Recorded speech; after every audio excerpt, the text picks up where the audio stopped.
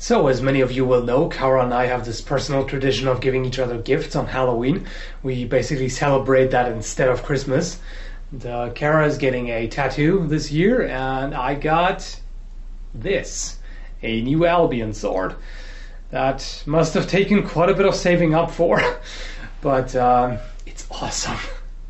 Very happy with that. So this is the Berserkr, and I'm guessing this may surprise a lot of people because it's clearly a Viking sword, but it's single-edged. Yes, they did have those. They weren't as common as double-edged swords, but they did exist. Seems to have been more of a Norwegian thing. This is not an exact replica, but it is based on a particular find. It's very similar to the original in its measurements and thereby the handling.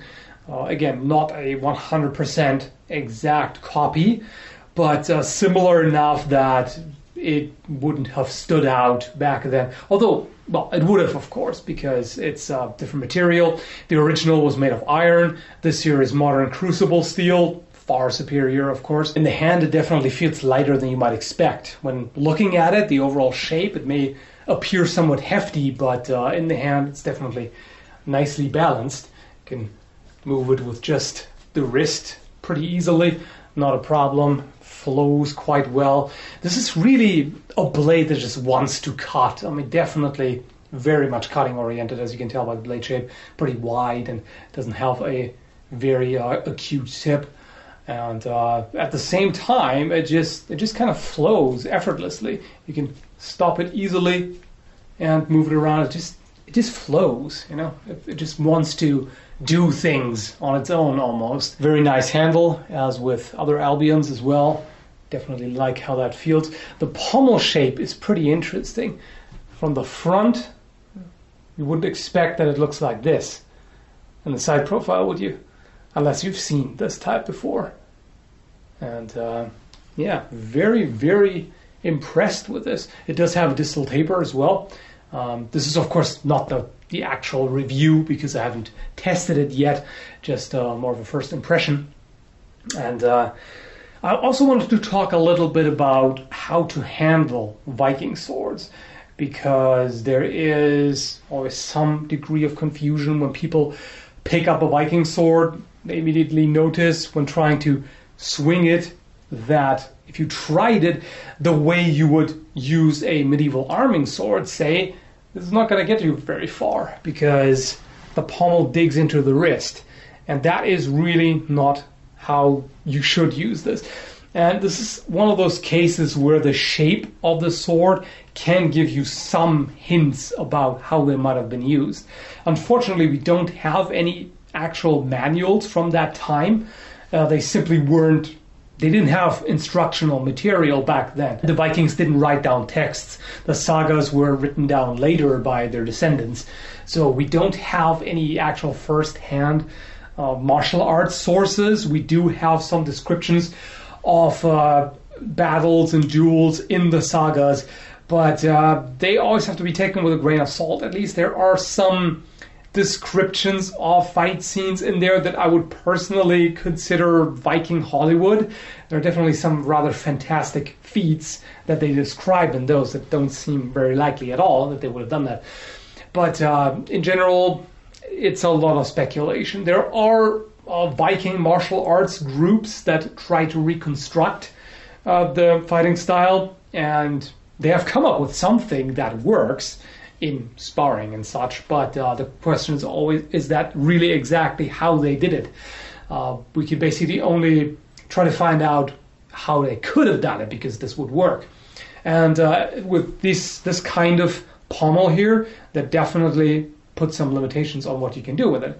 For example, basically you have two options. Either, and both have been proposed, you could either keep this at relatively close to 90-degree angle. I mean, not entirely, but not tilt it too much, and then basically use this for more close quarter cuts.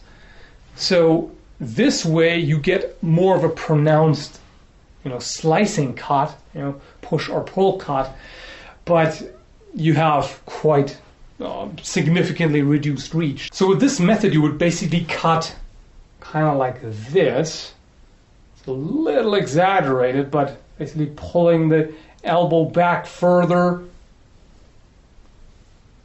and not extending the sword very far. That would definitely be an option. Personally, I find that a little awkward with the descending cut from the right. With the backhand cut, that's a lot easier. This feels a little strange. Where it would definitely work just fine would be with a rising cut, because then you just have to twist your hips basically. All you need to do is basically raise the arm and turn your hip at the same time. That's a good way to maintain very good edge alignment, so that works just fine. But overall, I find this somewhat awkward. The other method is to have the pommel next to your wrist. So you can do that by either starting out in a handshake grip like this and then cutting like that. I don't have too much space here, so trying not to hit things that I don't intend to. But that definitely works. Or one could also start with more of a hammer grip and then cast it out like this, letting the handle slide in the hand until it rests in this handshake position. It's not something that I've personally had much luck with. I tend to completely mess up the edge alignment when I try to cut with this method, but I've seen other people cut effectively doing that, like Thram, for example, on YouTube. So it's an option. Personally, I would probably prefer to start out with a handshake grip. Not saying that's what they did, no idea, but it does seem to make sense. Also, for another reason, namely that this facilitates thrusts.